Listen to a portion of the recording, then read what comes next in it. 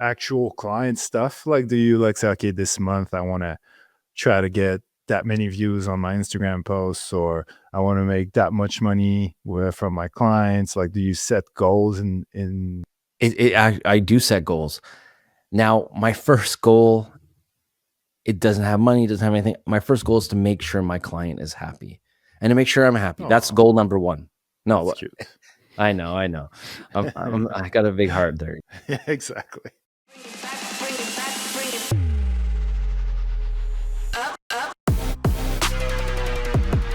All right, welcome back to another episode of Game Day Glare. I'm Lance. I'm with my boy E. How's everything going, E? Good. So far, so good. 2025, we're on the roll now. So, Yeah, it's a bit it's cold though. always yeah, it's cold here now. All of a sudden it's winter. Like we were lucky. Like over Christmas it was a little mild, and now it's back to regular Montreal weather. Exactly. So we're back hibernating and in our studio, trying to stay home to do our work. So it's There's a big like the basketball, the G League thing is coming up, so that's going to be exciting. I actually need to talk to our friend Paul to see what's going on with that, if I'm in on that. But yeah, there's a few things coming up at the end of January, isn't it? Is it like end of Jan until like early March, I think? yeah, end of Jan, mid Feb. There's 8 games, I believe, that the Brooklyn G League team is coming to do in Montreal. So that'll be some good content to film, good way to test some new gear for you, and hopefully they let you in. We'll see. Hopefully I get the new gear too. That's another thing I need to take care of ASAP. Actually, speaking of new gear, I got some new gear to test out. I finally got that Pocket 3. And it was a creator combo, so it came with the 32-bit float mic. Nice. So I'm going to test both those and see how they are, because I've never used the 32-bit. Have you? No, I don't think so. So you'll be yelling into your microphone all day. Exactly. Well, because even sometimes on this, I get a little too close and I got to lower it in post, because my volume's always higher than yours, which is different. That's true. Yeah. Well, I think, but I just figure it's because my voice is deeper and I'm more manly than you. That's what I always thought. Maybe. Well, I think my setup's a bit weird because I really have to push. I don't know. I feel like I'm pushing the levels on my mic like to the max, and still it's struggling. Where if I'm filming my YouTube videos, it's the opposite. I have to really tone it down. So not too sure what's going on, but yours is XLR, mine is USB-C, so maybe that's a difference too. Maybe. So today we were going back and forth with ideas, and since it's the beginning of the year, we're in the second week of the year, we're going to be talking about rebranding your videography in 2025, because January is a great month to kind of do a checklist, kind of see where you're at, kind of target new clients, kind of feel like what you did good last year and how you can grow off of that. Yes. So that's a good idea.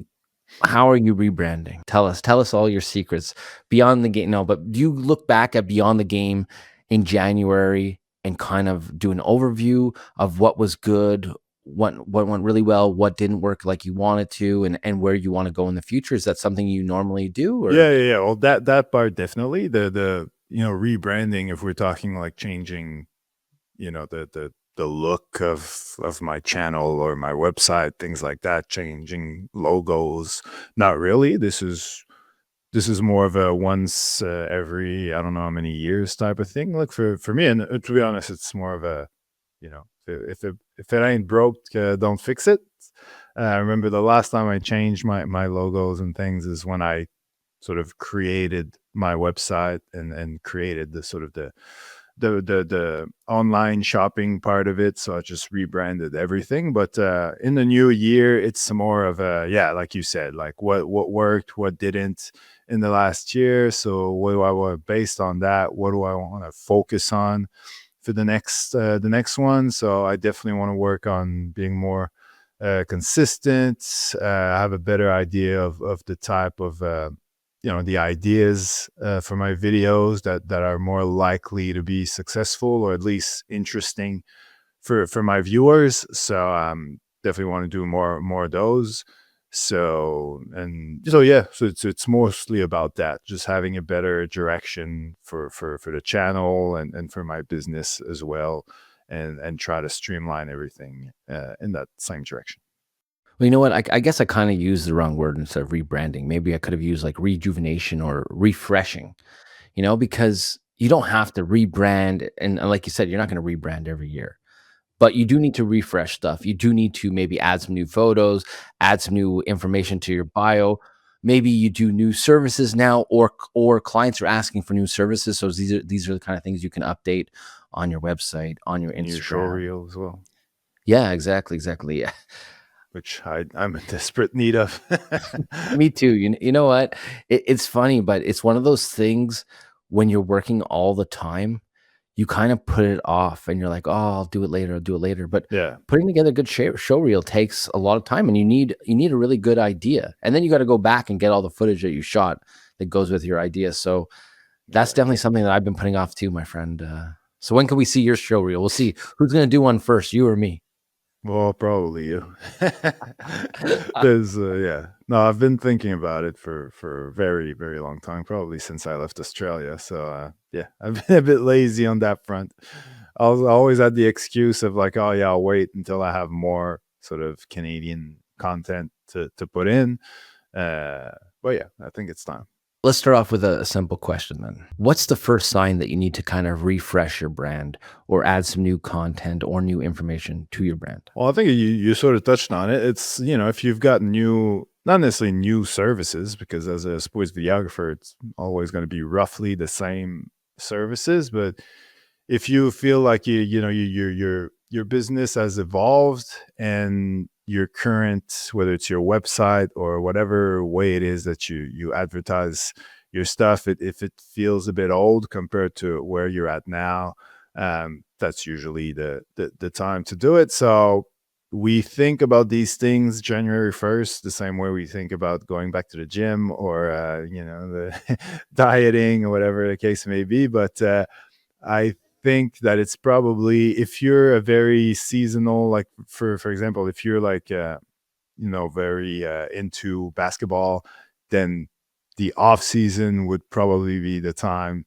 to work on those things, so that when the new season is about to start, you're sure that people can see your latest work, they can see your latest, the service offerings. And then if you usually advertise the type of gear, like usually people that are pros and have all these fancy cameras and stuff, they make sure to let people know on their website what they're shooting with to justify their high prices. So if that's your case and you bought a bit of a new equipment in the last year, you want to update that list, things like that. I think so anyway. I haven't done it in a while either, but I don't really advertise my services in that way.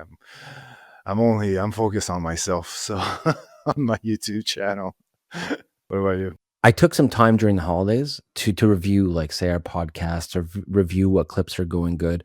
Also, I also take January as a good time to reconnect with clients that maybe I didn't land. So I send them a quick message, Happy New Year. Hey, if you ever want to talk back about this project that we were talking about, I'm free. And kind of keep those warm leads open still, because in this business, you're not always going to land every client right away, and sometimes it takes building a relationship and just planting that seed and watering a little bit from time to time. So January is a really good month to do that, just with that little "Hey, Happy New Year" kind of message. And so I start with that. And then for me, I actually built a website at the end of last year, like November-ish, and I never really pushed it. So that's one of my goals at the end of this month, is to really have my website where I want it to be. Not so much with like digital packages and stuff like that. I will offer a free package at first, see how that goes. I want to kind of build leads more with generating email, getting people's emails, and then eventually do like a newsletter and find a way to help people. So that's something that I'm working on. So that's why, I mean, my website is just my name, slansleberge.com. It's nothing too exciting. I figured this way, at least I own the rights to it. It's my name. I'm good. Nothing fancy, but it offers my services. So it's easier for me to just share it to clients through that website. It has all my links, all my social media. It has this podcast on there, so people can see a little bit of who I am and what I do. And I feel like that's really important because you have to show your services somehow. You don't always have to be pushing your services, but if someone asks, you have to be prepared to show them, because everybody gets asked that question, what do you do? Or what kind of videos do you do? Well, it's easier to show somebody and let them go and find it for themselves. So that's something that I feel like January is a good month for me to work on. And January, like we just mentioned, it's cold here right now. I'm home more. So I have a little bit more time to kind of put effort into those things that I neglect all year because I'm busy either filming sports, doing the podcast with you, working with other clients. So, in those cold January evenings, well then I could take some time and, write some text or look for those photos, because being a sports videographer, sometimes it's not easy to even find your own footage, You have an idea, you go back, "Oh, I shot this last year." Well, shoot. Okay, I'm gonna go back in my hard drives. Hopefully they're organized, and find what I need to show. So that's why January is that. And it's funny you said the gym thing, because yeah, I told you I'm coming back for that basketball underneath the net. So I started going back to the gym because I'm gonna eventually film from underneath that net, because it's bugged me ever since that incident happened in October where I was like, okay, I can't do this. I'm Well, you just got a not month. comfortable. You got a month to get there. That's it. That's it. Or what I'm gonna do is get you in that position, and then I can just laugh at you from the sidelines. We'll see. Yeah. We'll see.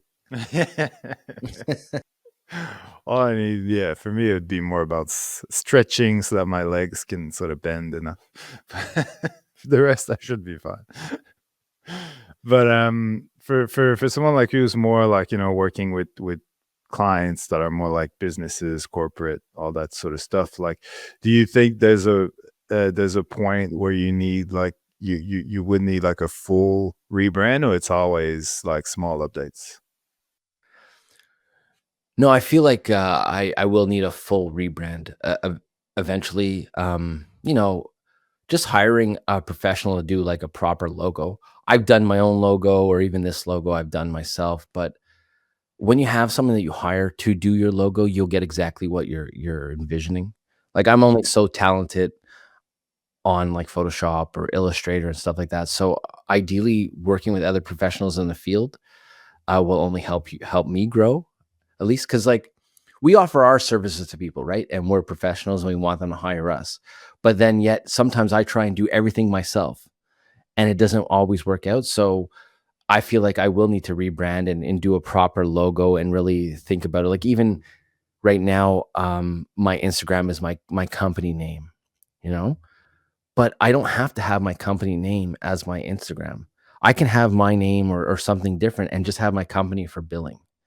So there's a lot of options that you can do. Like, even you, right? Like, it's Beyond the Game is your brand. But if you ever want to build as your own brand, you could just link it to Beyond the Game after. So these are always things that I'm going through in my mind, and I'm always trying to evolve, because I am helping companies do the same. And I put a lot more effort into these companies than I do into my own company, which is kind of sad in a way, but I'm doing it. I don't do it because it's lack of time. I'm making sure they're all happy with their stuff.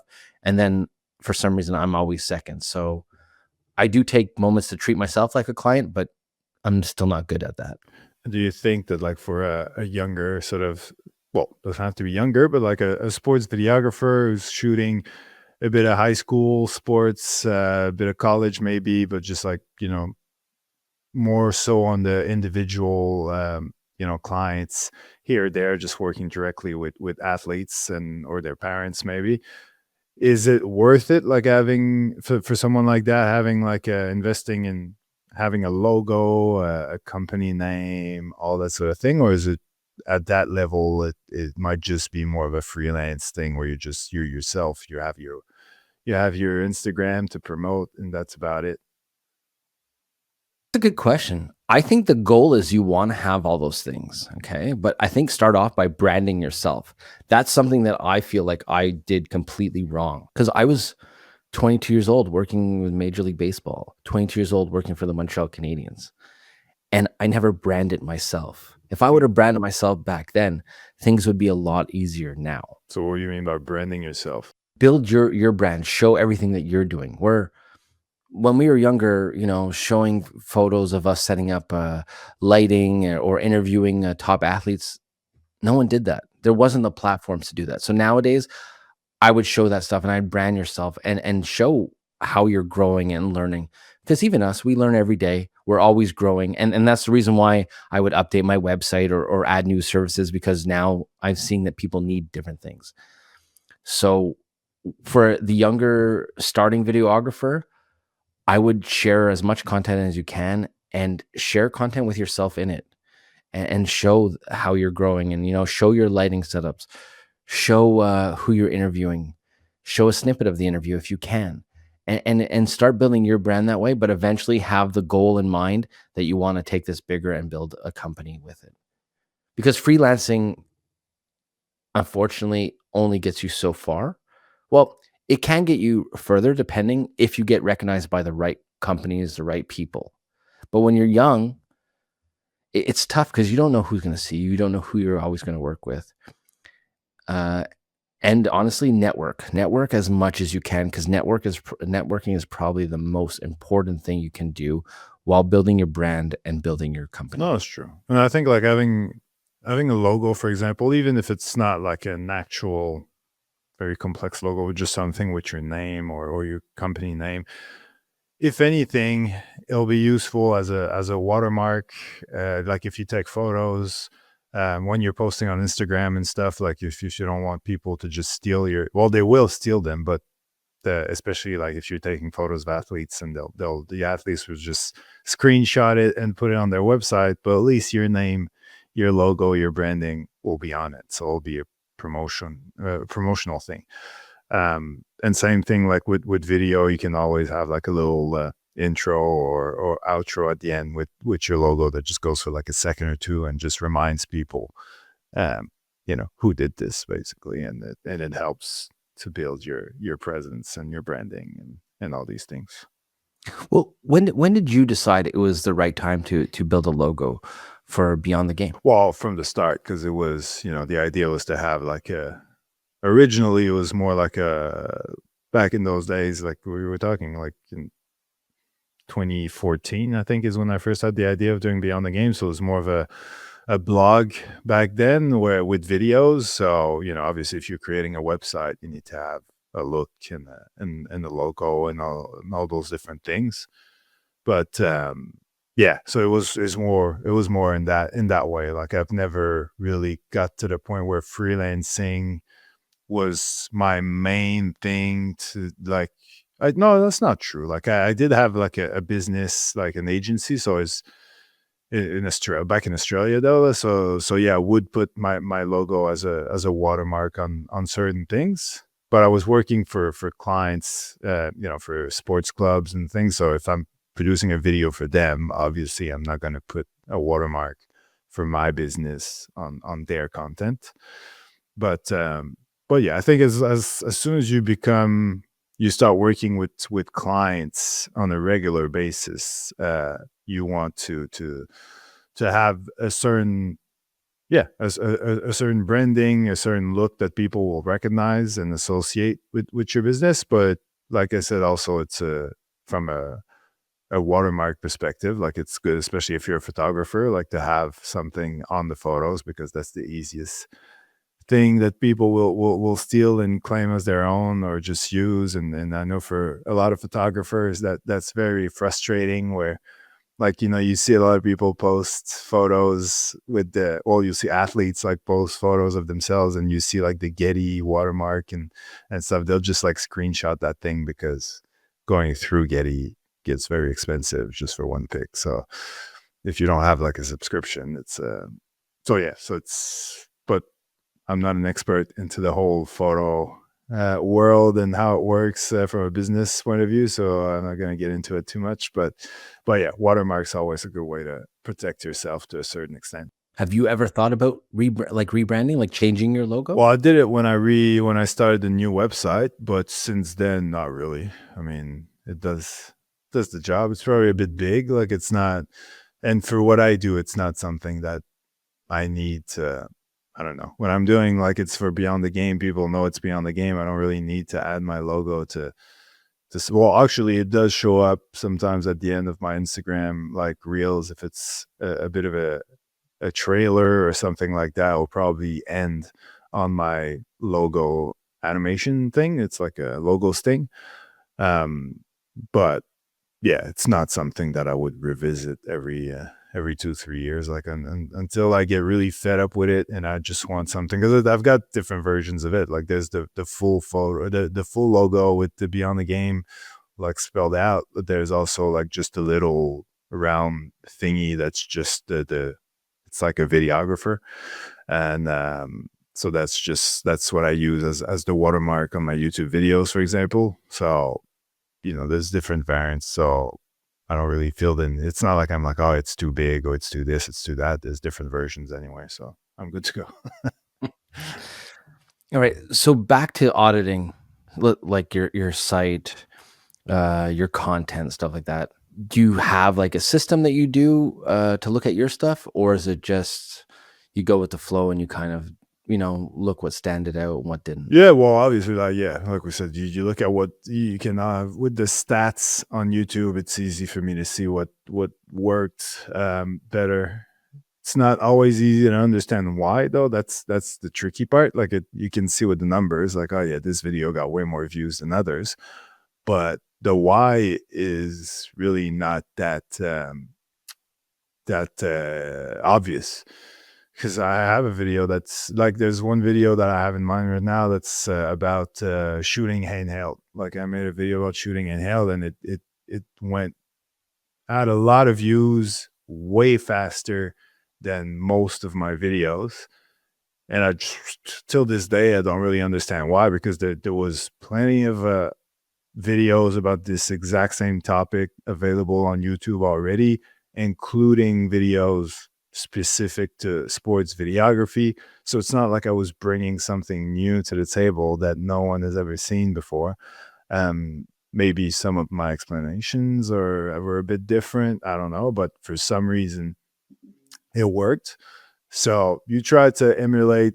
Obviously, I'm not going to do like several videos about that same very specific topic, but try to emulate maybe the way I went about it, the way I made the thumbnail, like things like that. But even doing that, sometimes it works, sometimes it doesn't. So it's just like, yeah, you go with the flow. You try to see the big wins and try to figure out what was the reason for it, and try to do it again in your next video. But to me, yeah, there's a bit of that. There's also a bit of all right, business wise, do I want to try to create more content that's going to drive people towards my digital packs? So how do I do that without being salesy? Like I don't want to just make videos saying, hey, by the way, I sell LUTs, I sell this, I sell that. So I want to make videos that are interesting, that maybe touch on the same topics, that on topics that relate to like using LUTs or using sound effects. And in that way, if people like the video, most likely they'll see that in the shelf underneath or in the description that I do sell my own, and there'll be a way for them to sort of transition to my website. But yeah, it's more from a business point of view that I'm trying to improve certain things, and but also I'm trying to grow my community so that you want to have more impact on more people, and make it a fun thing to a lot more people. So I do work on my Instagram, I work on my Facebook group, all these different things that are not making me money but are just part of the whole sports videography community thing. What about you? So I look back at like Game Day Glare, I look back at like my personal stuff. And one thing I noticed is, especially even my LinkedIn, when you and I have shared personal stories or I've shared personal stories on my LinkedIn, it seems to get a lot more views. And I feel like because we're kind of teaching people and trying to guide them. So people like hearing the personal stories of how our successes. We talk about our fails sometimes too, because there's a lot in this industry. So those seem to get quite a bit of views, more than just the straightforward teaching or straightforward talking about equipment. And that when you and I kind of interact and we share like the ups and downs of this career, I feel like well, the metrics are saying that those get the most views. Now, when I film sports stuff, the easiest way to get views, man, is tag the athletes in it, whether it's high school sports, college sports, NHL, whatever. If I tag those people in it and they view it, they share it, their friends see it, that's an easy way to get views and to have successful videos. But for me personally, like I like the ones where we share stories, and I like seeing that people are really interested in those. So, and it's tricky too, right? Because we don't share everything on this podcast. I mean, we joke around all the time if we should have people listen to us before we actually come on air, because we're laughing and we're sharing a whole bunch of stuff that's going on in our day that we could probably talk about on here, but we don't, because not everybody's going to understand and get the inside jokes that we share throughout these years. Um, anyway, so I like sharing those stories. I like that people like those stories. So that's really rewarding. It's not for everybody, right? So for some reason, those clips work, and they don't not all of them, but the majority of them do. So I don't know. That's the metrics that I see working, is people are tending to like more of the stories from the heart, more of the stories from experience, because in this day and age, there's a lot of generic stuff out there. There's a lot of, we're in videography. You have guys who are just selling courses, selling this, selling that, selling that. Well, sometimes it's nice to actually give advice and just give the advice and hope that somebody doesn't make the same mistakes as you. Mhm. No, definitely. People love when they can sort of see themselves in you, and maybe they don't see themselves in you right now because you're at a different level that they are, but they recognize that you were once exactly where they are now. So that once they make that connection, then it's yeah, they listen a lot more to what you have to say, and they're a lot more interested about the ways that you got where you are, and yeah, it becomes this great relationship. No, but look, everybody has a first day on a job. Nobody starts off as an expert right away. So you have that first day where you're nervous or you're not sure, or you doubt yourself. But day 2 is better. Day 3 is better. Day 4 is better. And that's what this profession is you only get to a certain level because of the experience, because of the repetition that you've done. There's no secret to it. It's you just got to do it. You got to go out, you got to shoot, you have to edit, you have to share stuff, you have to accept the good and the bad. And that's what sports videography is, and videography is in general. Because at the end of the day, you're either going to like my video or you're not. It's subjective. Not everybody is going to like what I put out there, but some people will. And at the end of and I also make sure I put it out for me first. I want to make sure that I put out content that I like, that I enjoy. And if someone else doesn't like it, well, so be it. I'm happy with it, and that's why I'm sharing it. Yeah, it's more for like the branding side and the promoting your services through Instagram and things like that. Like if you're a sports videographer, you can see what people like to see on your Instagram or your TikTok or whatever, and try to give them more of that to potentially get more views, get more clients, more eyeballs on what you do. Um, do you have like goals that you're trying to, whether it's for that or just for like actual client stuff? Like, do you like say, okay, this month I want to try to get that many views on my Instagram posts, or I want to make that much money from my clients? Like, do you set goals in to push you to basically update and improve? I do set goals. Now, my first goal, it doesn't have money, it doesn't have anything. My first goal is to make sure my client is happy and to make sure I'm happy. That's Oh, goal number one. that's No, cute. I know, I know. I got a big heart there. Yeah, No, but exactly. that's the first goal. The first goal, Yeah. okay. And the second goal is, can my videos create new leads, either for me and especially for them? Because getting new leads and getting new clients coming in is way more important to them and to me than getting views. Because everyone's all worried about numbers all the time, but if you can sell your product, like say if you did a YouTube video on your LUTs and say it got, I don't know, 500 views only, well, that's disappointing. But if you sold 200 LUTs on it, you'd be like, wow, okay, that was worth it. Now that's not always going to happen. And that's, those numbers are kind of a little bit off, but I'm just saying that is the most important thing is can I help solve their problem? Because that's what our videos are doing. Now, whether it's for an athlete, it's a little Well, I was different, but gonna say, so like, yeah, well, how does this translate if you're filming someone or producing a video for someone who's not really selling anything? Like their only goal is to get views or so for an athlete, it's to get them recognition, right? It's that's where you really, really want the views. You need their help too. You need to make sure that they're sharing it. Because if we could do a nice video, but you have to get as many people as you can to share it, get their team. If you get the league, if you can get the kids, that's going to help you and that's going to get them to where they want to go. Because what they want, a young athlete, is to be seen and maybe have the next opportunity to get recruited or get people to come to games, scouts, so on. So that's the idea, is to get as many people as you can to help push that. Because one person alone with a standard following of what, say like 1,000 people is not going to get crazy, crazy views. And there's cheat codes too, right? Use the trendy audio, check what videos are getting a lot of views because of editing techniques and implement that stuff into the video. Because part of this whole refresh rebrand is you got to push yourself too to be more creative all the time. And it's January, right? So start now pushing yourself, learn new skills, add those skills to your videos, to your clients' videos. They will be happy and you will be happy.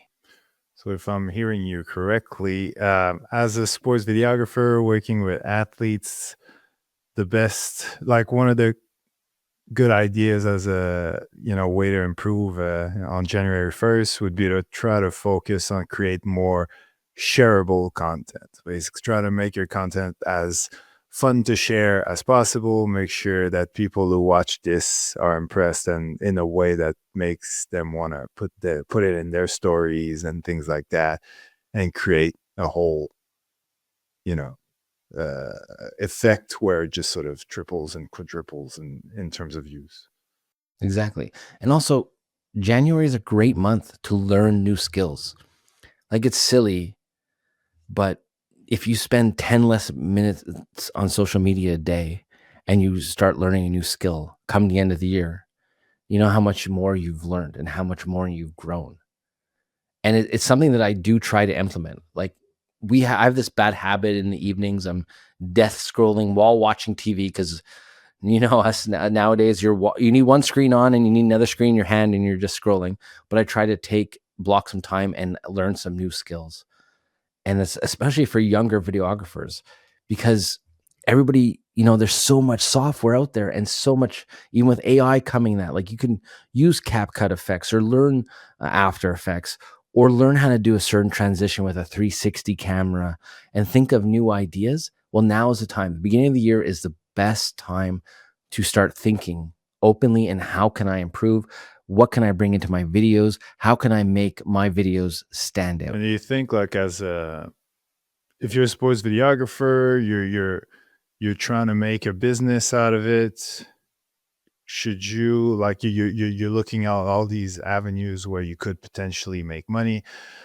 Would you would you tell someone who's sort of starting to focus on one thing, which whether it's like, all right, I'm targeting young athletes who want to do little reels, things like that, maybe a recruiting video, or I'm going to target schools and try to get into those programs and film all their games and things like that and do maybe recaps for the teams, or do you just try to do anything and everything that's available to you? Like, should you have basically a niche sort of strategy where you do like one thing really well, or should you spread out and try to build your network and work with teams, with schools, with individuals, and try to get as much work as you can anywhere there's work available for you? Yeah, that's a good question. I mean, obviously you want to do it all, right? But you can't. You can't do it all. So the smart thing that I feel to do is start at the school and build those networks and film. Yeah, film different sports because that's how you're going to learn. It's silly, but World Juniors just passed, and I'm filming crowd shots, right? For like some B roll and all that. And I'm an experienced videographer. And I'm filming these crowd shots and I'm constantly having to adjust my settings because this part of the stadium is light, this part's dark, this one has a different color balance. So I had to make a decision. Okay, what am I doing with my white balance? Because whoever, if I'm not editing the footage after, how I'm going to make it easier for the next guy. So I picked a white balance in between and I adjusted my ISO as I went. Now, that's something you learn as you go, and it's something that you're going to learn when you switch sports because it's not easy to always adjust your settings, adjust your area, right? Now, that comes with experience. So that's why I say hit up schools, build those relationships, and film sports so you're put in those situations where you're uncomfortable and you need to grow, you need to adapt, you need to try things and think a little bit outside the box because this stuff will come up later on in life. And my biggest concern is I want my white balance to be good. I want my colors to look good. I want it to easy to be to color correct. I'm not so worried about my ISO all the time. I can go up and down or my aperture. You know, I have zebras. I can see if I'm over properly exposed, but I'm really, really concerned all the time about my white balance. Now, I was filming in 10-bit log, so it's a little easier to adjust after, but still, I try to nail it as close to possible as I can. So that's something that you learn from experience, and that's something you learn from filming different sports and being in different environments. So get uncomfortable. No, I agree. I think like for me, I think it'd be like obviously when you're just starting, you don't have that many contacts. Um, Try to get in with the school, not in a business way, but just hey, can I come to your games and film? I just want to practice, build my portfolio, and as you're there, you're filming all the action, and that's the best way to film because there's no pressure of it's not like someone hired you to get all their great moments. If you get it, you get it. If you don't, you don't. There's zero pressure on you. So you're just filming everything and then you get a few good clips and from those good clips you make Instagram reels and TikToks and you post them online, you tag everybody and eventually you'll get some athletes that well, they'll definitely want to get free clips from you, but if eventually you'll get some that actually willing to pay for you to produce like a little highlight reel or maybe a recruiting video. And as you're working with athletes like that, you're building a network of athletes. You're probably not making a ton of money if you're just starting because you're probably young and working with younger athletes and with, don't necessarily have jobs and things. So but you're building a network and you're most importantly building a portfolio and then you get to a point where you get interesting for clubs or schools that to actually hire you or pay you on a game on a per game or per season basis and you sort of build from there and that way but I would sort of try to build my individual sort of business and then get to another level and then get to another level without necessarily sacrificing the previous one but build in that way. But the other thing I was going to ask you is like, do you when you're putting stuff on your social media accounts, do you just post everything, or do you handpick like the videos that you choose to share? And if so, what would be the reason why you'd pick one project over the other? So if I'm working with a school, right, I want to show them all the stuff before I share it and then come up with a plan with them and say, okay, like, listen, we want to maximize the views. So I'm going to share it and you'll collaborate on it and we can get, the maximum amount of eyes on these products. But I will pick and choose what I want to share. And I would preferably like the athlete to share stuff too. Share stuff and he could tag me in it too. So it's not just all one way. If you have different people sharing content, say from, I don't know, one game, let's say, where you have different highlights, well, it helps because you're getting a lot more views altogether. So I would pick and choose what I do share, but I would definitely push them to share. Yeah. Well, I think I for me, like I'm not gonna share every piece of content that I create for other people, but well, some people do, but but I do think that it's important when I'm actually producing it, when I'm editing, for example, to make sure that I edit it, that I'm happy with the final result, that I'm happy enough that I could put it on my website or my Instagram or whatever and be proud of it and have no sort of excuses for it, like, because I think a lot of people fall in the trap of, let's say I'm not getting paid much to do a video, so I didn't put that much time into it, because if I'm only paid to do like a half a day edit, then it's going to look like a half a day edit, and then I'm either not going to put in my portfolio, or like if someone asks me like, oh, have you done some basketball stuff that I can look at, and then you show them, but you're like,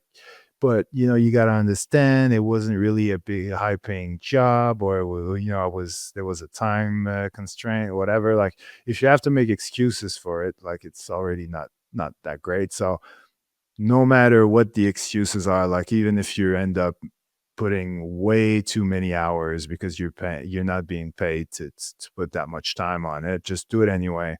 So that way, at least, not only are they going to be happy, but you're going to be able to use that video to show to other potential clients who will pay you properly, and you'll get another job from it, maybe a few, and that way you'll recoup your money and maybe even make more. So from that perspective, like, yeah, what I'm saying is you don't necessarily have to post everything, but you should edit with the idea that you're going to post everything, so that you're happy with everything and people can look at anything you've done in your life, and there's not going to be that feeling of, oh no, don't watch this one, that's not a good one, or what I mean, like, you don't want to be ashamed of something you produce, because sometimes even if you don't share it, like, someone else, that client obviously is sharing it somewhere, and you don't want other people to ask who's done that, and then you're sort of ashamed to say that it's you. Yeah, you want to be proud of your work, right? So you make sure that you put your best foot forward. And it's tough. Listen, nobody got in, well, at least for me personally, nobody gets in this business to become a millionaire and make tons of money. You do it because you love filmmaking, you love sports, you love creating. Because we don't get paid the same as pro athletes that we film. There's a big discrepancy. So you have to know that. And when you start, there's nothing wrong with targeting the sports that you want or the clients that you want. And even if you do it for free just to build your brand or your portfolio, there's nothing wrong with that, because it's all part of learning, and it's all part of growing also. So, you know, there has been projects that I've done in the past when I was younger that I wasn't worried about what I was actually getting paid. I was worrying about the end result and making sure that I did a good job and that I had those shots later on for my portfolio. And if I do give someone a deal or take a lower rate, then I'm going to ask them for a favor. And now this favor can be very, very helpful. And I'm going to ask them for a testimonial. I'm going to ask them to say a clip about me on video, about my work, about what it's like working with me. So then I could share that on my socials or on my website for later on, that maybe a future client can see, and that builds trust. Because one thing I've learned in this business is I get jobs not always because of my work or my experience, but it's because people trust me. They know I'm going to show up on time. They know I'm going to get the job done. They know I'm going to meet the deadlines. And these things are all important as you grow, and it becomes part of your brand too. Because if you're trustworthy and they trust you, other people talk. Sports isn't as big as you think. All these pro leagues and all that, they're all connected somehow. Everybody moves, changes jobs. You run to people at strange places sometimes. But one thing for certain is when they hire me, they know I'm going to be there on time. They know I'm going to get the shots they need, and they know I'm going to meet the deadline at the end of the project. Good point. And when it comes to like your clients, or clients that you're trying to attract, like, is there like an ideal client, like, is there someone like you say, oh, I'm at this level, so therefore I should target that type of client, and like, can you sort of picture in your mind, or do you picture in your mind like your ideal client, and then therefore go for these people, or you just go randomly and whoever is interested, you're like, No, no, I try and pick clients that interest me. First of all, that they're selling something that I think is interesting. And the main thing is, how is my video going to solve their problem? Because I don't want to just make videos to make videos, because no one's going to see them. They're going to pay this money, and then I'm not gonna retain them as a future client. Basically, it's going to be a one and done, and that's it. So I want my videos to solve their problems. That's my main goal, and that's what they're buying. They're not buying a video. They're buying a solution. And that's the hardest part is I can't solve everyone's problems, and sometimes I have to say no to the clients also. So they say no to me, and it's usually price because of price or no, it's mostly price or trust issues. Those are usually the number one or two things why people say no. Trust issues. What have you done? Well, no. I just said I was trustworthy on this, but no, they don't trust that video is going to get them to where they Yeah, I want see. to be. Because everyone, honestly, all companies need video, but not all companies are willing to invest in video. So that's the biggest hurdle, is to show them the value of the video and show them the solution it's going to bring.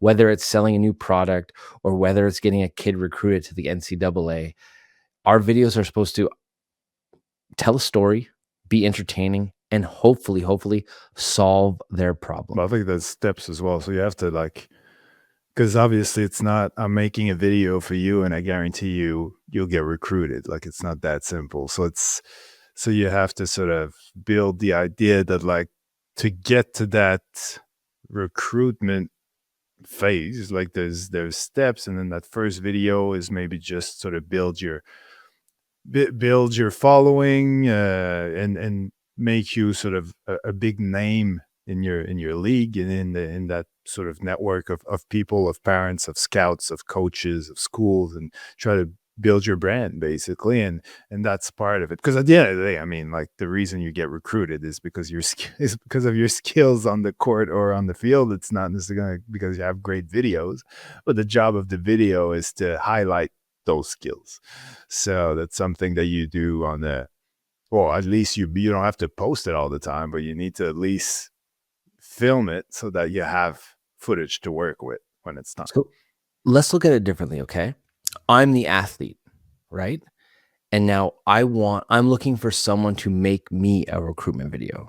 Mhm. So I'm going to go on your Instagram, right? And I'm going to start looking at your videos and like stuff and that. So just, by the way, if you're the athlete, I'm assuming we're talking like pickleball or something like that. That's it. A horseshoe, the darts, all those kind of stuff. It's going to take me like at least 7 times minimum to revisit your site. Well, statistically, this is what it says, to revisit your Instagram before I start trusting you. And then I'm going to reach out and see if it's Someone's done their homework. possible. Even if you make good videos, I don't know you, right? And I don't know if you're going to get what I want. And especially as a kid who's looking for a recruitment video, one recruitment video is not going to land you that NCAA scholarship nowadays. You have to be consistent on your social media too. So if you really want to invest in it, you have to share multiple clips, multiple game situations.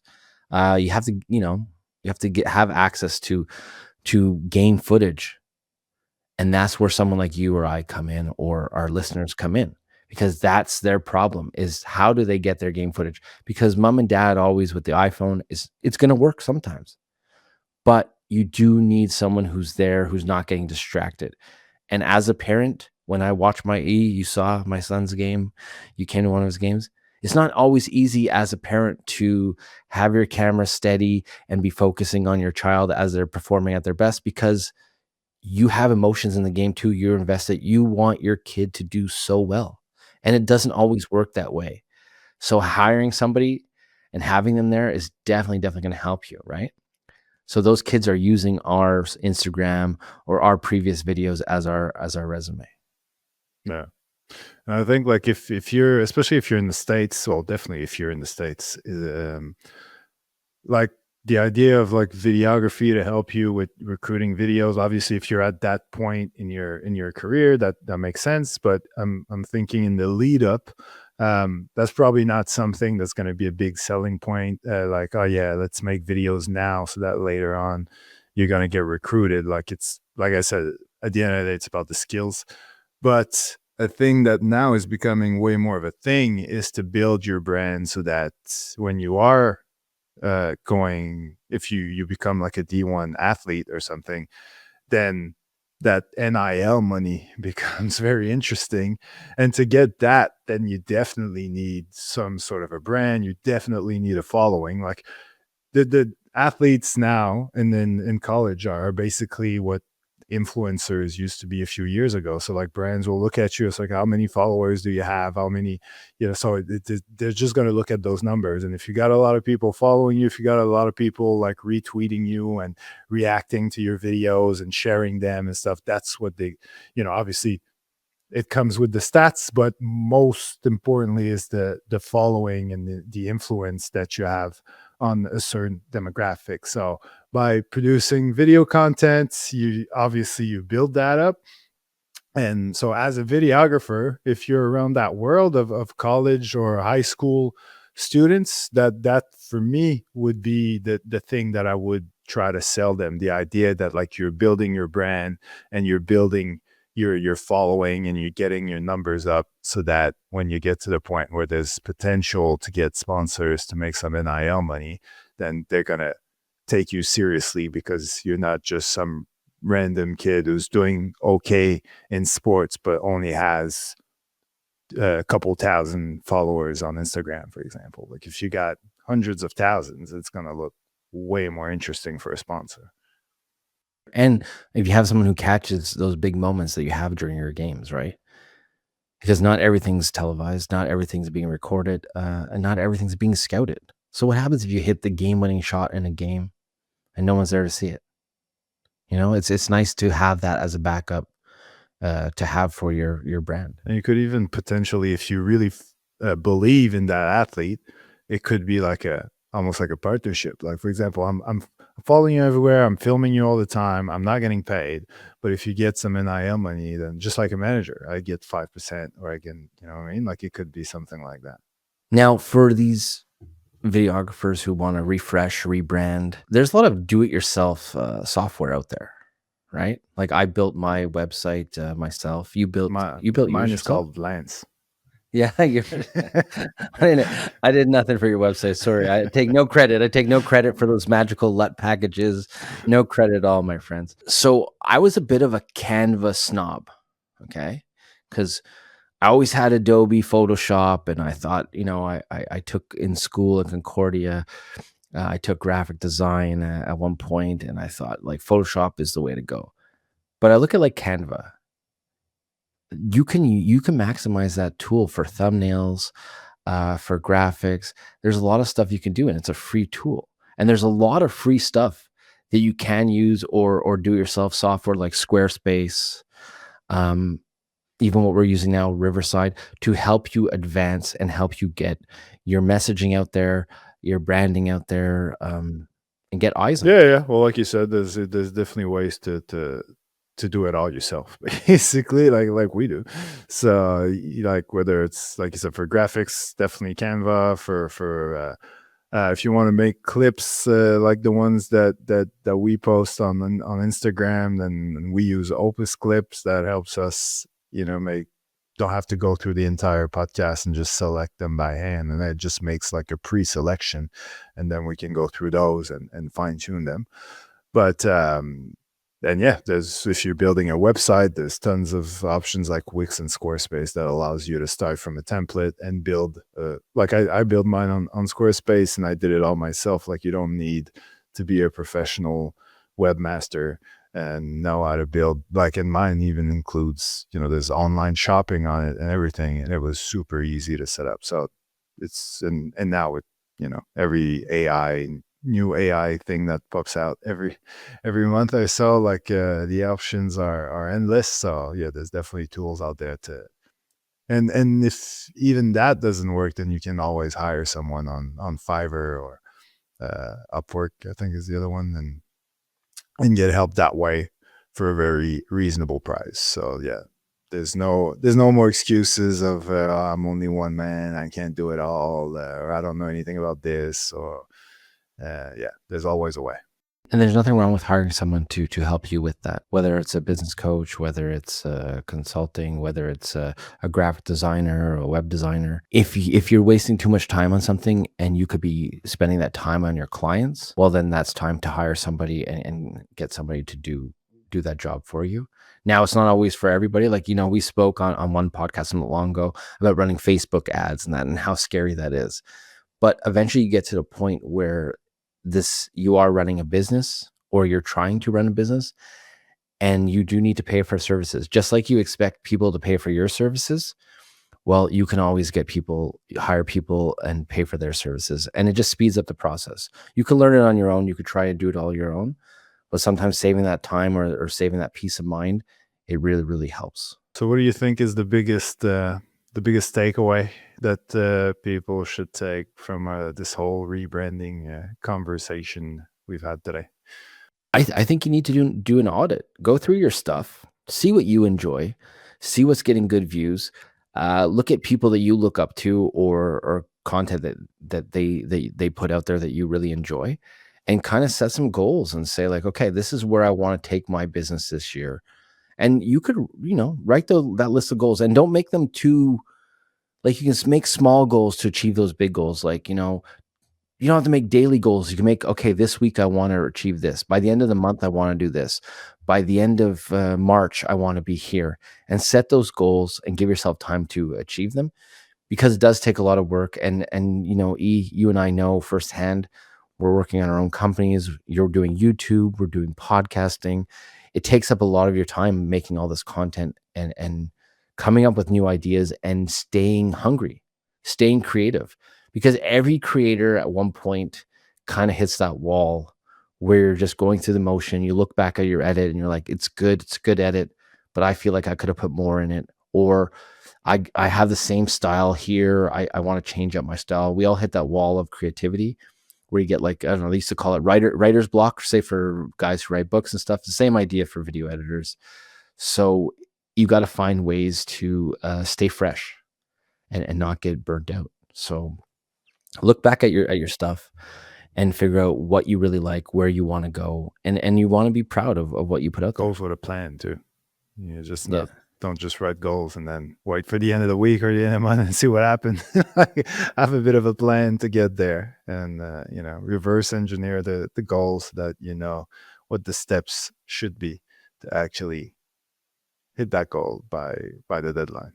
And you know what? If you do rebrand or refresh too, get excited about it, and let people know that you put this work into it, either with I don't know, a teaser video, a Mm. rebranding video, something, remessaging, something that's sharing your message too. Because one thing that working in corporate stuff too, that I'm constantly always reminded by clients and constantly always have to do is certain brands have a certain message and they always want that message in their videos or align with their values. So the same works for us too as videographers. So share your message, share your values. And you know what? You can create a hype reel too of stuff that you do, and get people excited about your work as much as you're excited about it. Now, E and I will do our hype reels eventually, right? E, that's the goal for 2025. Yes, I'd like to get it done within a couple months. You sound so excited about it. You're like, yes, and you just roll your eyes like you're already seeing how much work that takes, Yes, right? exactly. That's what it is. Yeah. Well, I'm afraid. But it's the also hardest like part about spending time on that means I'm not spending time on my YouTube videos. And so that's the whole, you know, here, watch this. internal I'm gonna the blow your thing. mind.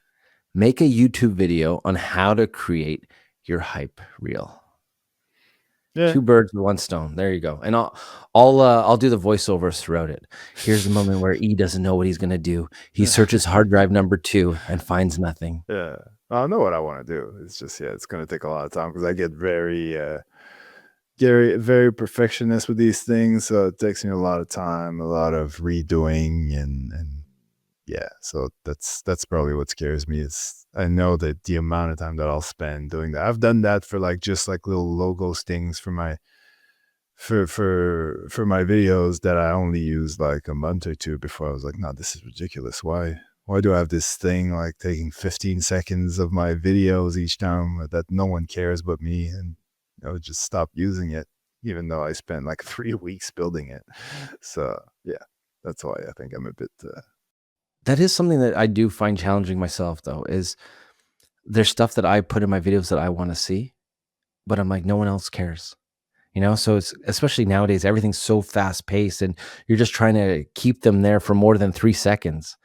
And it's tough. It's tough because you have to let go of a lot of stuff that you like or are personal for you to get the views. So I try to do 2 cuts, like one for them and one for me in those situations. It doesn't happen all the time, but I have a director's cut, that's all. Yeah, exactly. All right. Well, hopefully we help you guys get some ideas on how to rebrand or refresh or rejuvenate yourself for 2025, because January is the best time to do it.